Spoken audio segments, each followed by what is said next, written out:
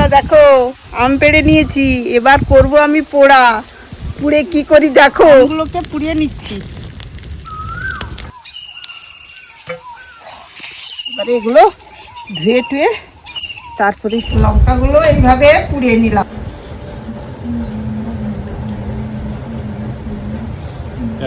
আমের মাঠটা বের করে নিয়েছি, একটু শুকনো লঙ্কা, একটু বিট নুন, এমনি নুন তুলে নিই, পুদিনা পাতা, সর্ষের তেল, একদম সব শেষে দেবো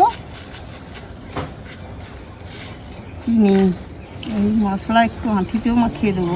এই গরমে এই রকম আম পোড়া মাখা খেলে জিভের স্বাদও বাড়ে আর শরীরও ভালো থাকে। ওই রে হয়ে গেছে আম পোড়া মাখা, চলে আয়। ফাটাফাটি।